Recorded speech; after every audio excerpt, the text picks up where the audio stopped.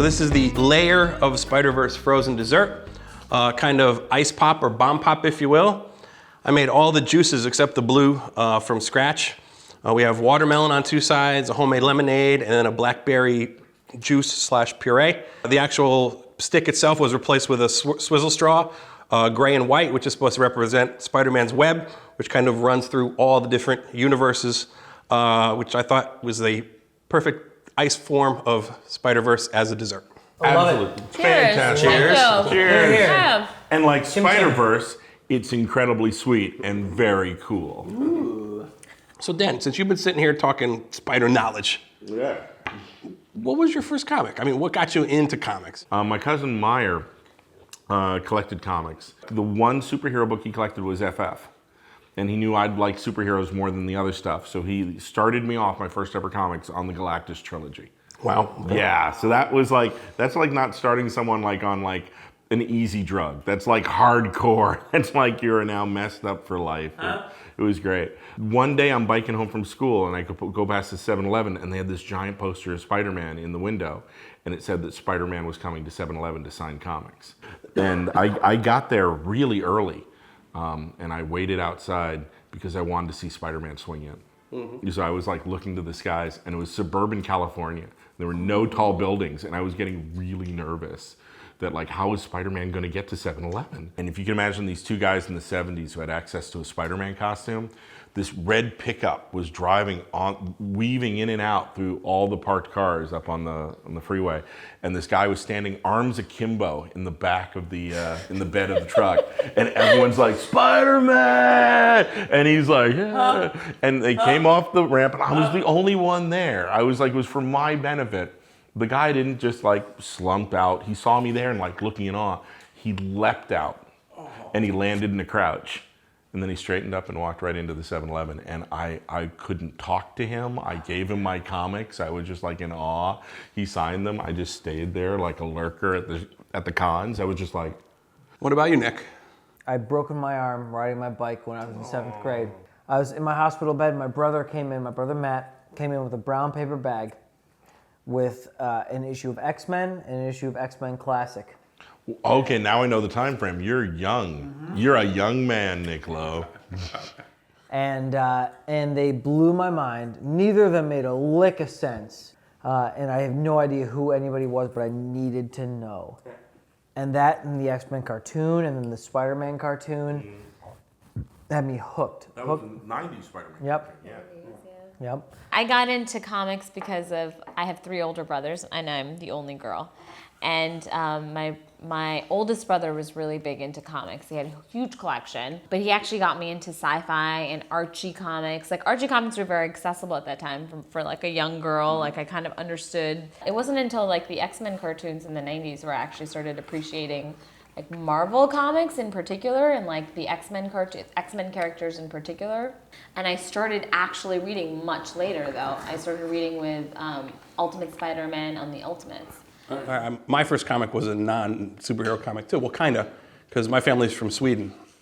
And every year for summer we would go back to Scandinavia. So my cousins who were all older than me would read comics. And in Sweden, the Phantom, it was Fantomen in Swedish, was huge. And I think that was probably my first comic, along with some Donald and Mickey and that kind of stuff.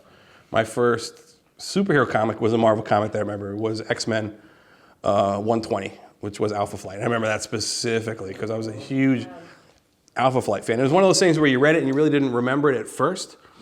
But when I saw the poster for Alpha Flight #1 years later by John Byrne, something like clicked in my head. And I was like, wait, what? Oh my God, they were in that first comic I read back in the day. And I had to go back and it was X-Men 120 and 121. But since this is a Spider-Verse dinner, what was your first Spider-Man comic? Do you remember? Or one that was influential?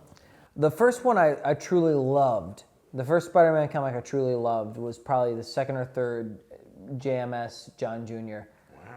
Moreland ones, because I mean I mentioned it before, but Spider-Man got his butt kicked. Yeah. Like he had a giant black eye and his arm was basically broken, and he like I'd never seen a superhero just get destroyed by the villains so much to the point of like, oh my god, like he might not make it through this. People, Like, a lot of people's favorite Spider-Mans are the ones like, you know, nothing can stop the Juggernaut, or when he had his arm broken, he had to fight the Lizard. Yep, where I love that one. People just like love to see this guy put through the ringer.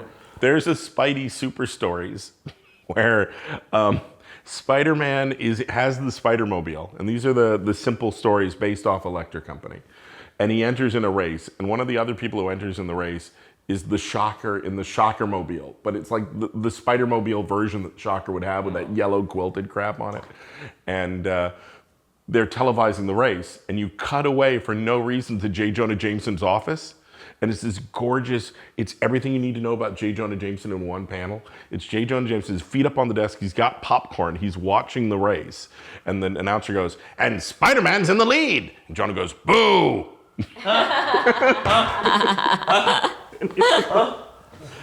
He's a great character. Jay Jonah is amazing. You'll get comments from people at like shows and cons and signings and stuff. They go like, why can't he learn that Spider-Man's a nice guy? Why can't he? No, that's the point. That's the point. And it's just some people never learn. That's life. That's a life, kids. Some people never learn. Some people make the same mistakes over and over and over again. And sometimes it's you making that mistake. Sometimes it's me.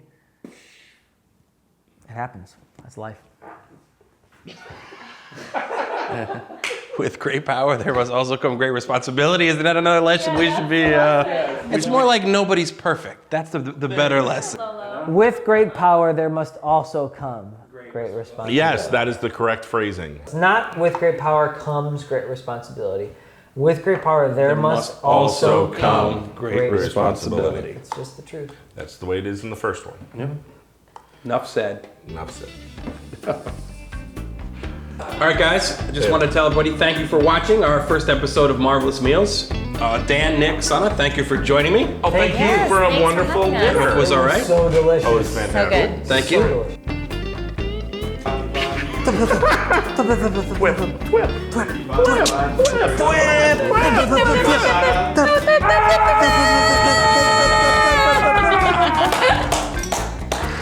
So CB is basically the master weaver of this dinner. Now in Spider-Verse, you will meet in Spider-Verse you will meet the master weaver, who is the weaver of the web of fate and destiny.